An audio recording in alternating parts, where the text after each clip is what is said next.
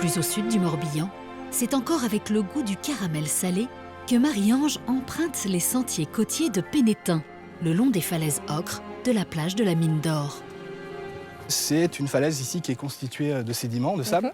C'est vraiment une curiosité géologique très intéressante. D'accord. Marie-Ange est en compagnie de Frédéric Brétier, un guide géologique qui connaît parfaitement l'histoire de ce site unique en Europe. La falaise, elle est vraiment incroyable. Elle fait combien de kilomètres au final?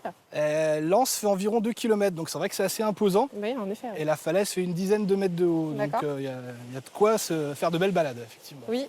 Et la couleur, alors c'est un joli ocre. Et c'est dû à quoi? Alors la couleur ocre orangé vient de la présence naturelle de fer dans les sédiments qui, au contact des eaux d'infiltration, des eaux de pluie, on est en Bretagne, il pleut quand même un petit peu, vont s'infiltrer par gravité et vont rentrer en contact avec ces particules de fer. Et de l'eau plus du fer, ça fait de la rouille. Ce sont les oxydes de fer qui vont lui conférer cette couleur orangée. D'accord, ok.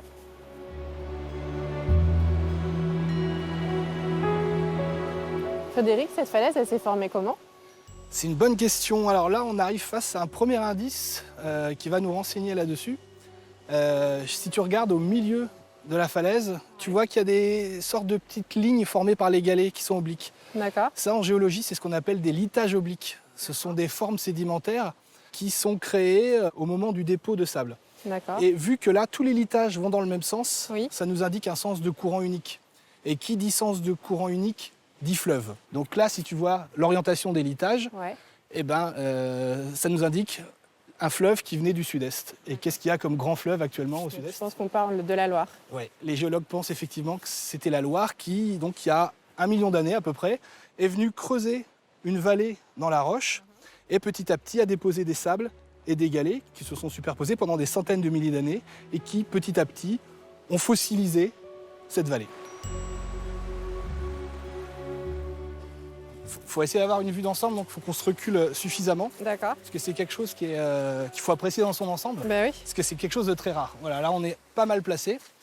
Et donc si tu regardes ici, on voit très bien la roche en dessous et les sédiments au-dessus. D'accord. Et plus on va vers le nord, plus la roche augmente. Et les sédiments diminuent. Exactement, la couche de sédiments s'amenuise. Et là, ce que tu vois, c'est tout simplement l'ancienne bordure de la Loire qui s'est coulée ici. Et ça, c'est quelque chose d'unique en Europe. Et c'est ça qui fascine les chercheurs et qui fascine aussi les gens qui viennent voir, parce qu'il y en a des gens du monde entier qui viennent voir ça. C'est extraordinaire. C'est vraiment, à moins qu'on soit chasseur de curiosités géologiques de par le monde, c'est quelque chose que tu verras qu'une fois dans ta vie. Oui, on est sur un site exceptionnel, ça c'est sûr. Si les falaises continuent de passionner les géologues du monde entier, elles ont aussi attiré dans le passé un autre genre de chercheurs. La plage, c'est la Mine d'Or, mais pourquoi ce nom ? Alors ce nom un peu exotique vient de la présence d'une exploitation aurifère entre la fin du 19e siècle et le début du 20e siècle. D'accord. Et avec ces recherches, il y a eu beaucoup de rendement ? Non, c'était assez faible. On ne pouvait pas parler d'un effet Far West, mais c'était de l'ordre de 0,2 à 1,5 g d'or par mètre cube de sable. Ouais. Mais ça a suffi à ce que ce site prenne le nom de la mine d'or et l'exploitation a duré jusqu'à la Première Guerre mondiale. D'accord, très bien. Et en tout cas, il y en a qui profitent de cette plage vue du haut. Ça doit être super sympa. La vue, elle doit être très belle de là-haut. Mais tu aurais envie d'essayer ? Pourquoi pas ? Ah bah écoute, je t'emmène. Ok, je te suis. C'est parti.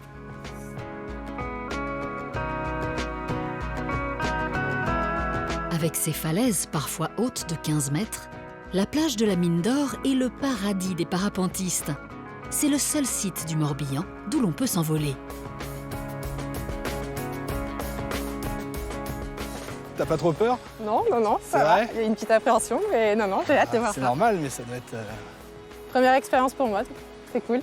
Ça vaut le coup.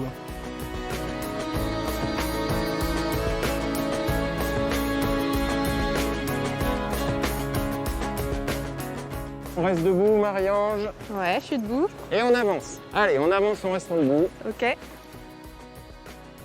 Oh. Ok. Passe tes bras derrière ces grosses sangles. Hop. Yes. Impec, super, j'adore. Cool.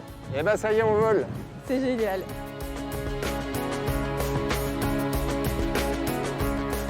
Ainsi s'achève notre voyage le long des côtes bretonnes. Un littoral qui vous surprendra par la beauté de ses paysages et ses innombrables richesses.